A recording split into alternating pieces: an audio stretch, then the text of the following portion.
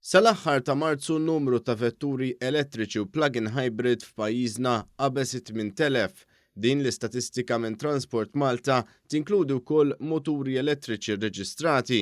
L-uffiċjal ta' Transport Malta Gilbert Aġus spjega ma' dan l-istazzjon kif filwaqt li bosta diġà ordnaw il-karozza u għadhom qed jistennew li din tasal u wara jgawdu mill-iskemi preżenti diġà ntużaw kważi 6 miljun euro minn total 20 miljun euro ta' fondi allokati. Fil-bidu ta' Marzu, ġifieri kważi xahar ilu, Transport Malta nediet l-akbar pakett finanzjarju ta' 20 miljun, 9 inizjattivi fi grants, u nista' nikkonferma li diġà verifikajna ħanejtek ġi mill-applikazzjonijiet kollha li daħlu f'dawn l-aħħar 3 xhur issa, Jannar, Ferru, Marzu.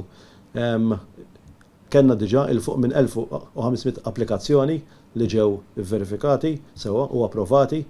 Statistika miġbura minn Transport Malta turi li sa issa diġà rċeviet 93 applikazzjoni għal vetturi elettriċi u 320 applikazzjoni għal vetturi plug-in hybrid, dan b'total ta' 4 miljun u 300,000 euro.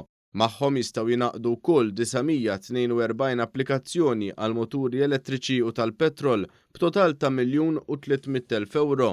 Dan fil-waqt li Transport Malta rċevit 206 applikazzjonijiet brabta ma' vetturi li jaħdmu bil-petrol u bid-diesel.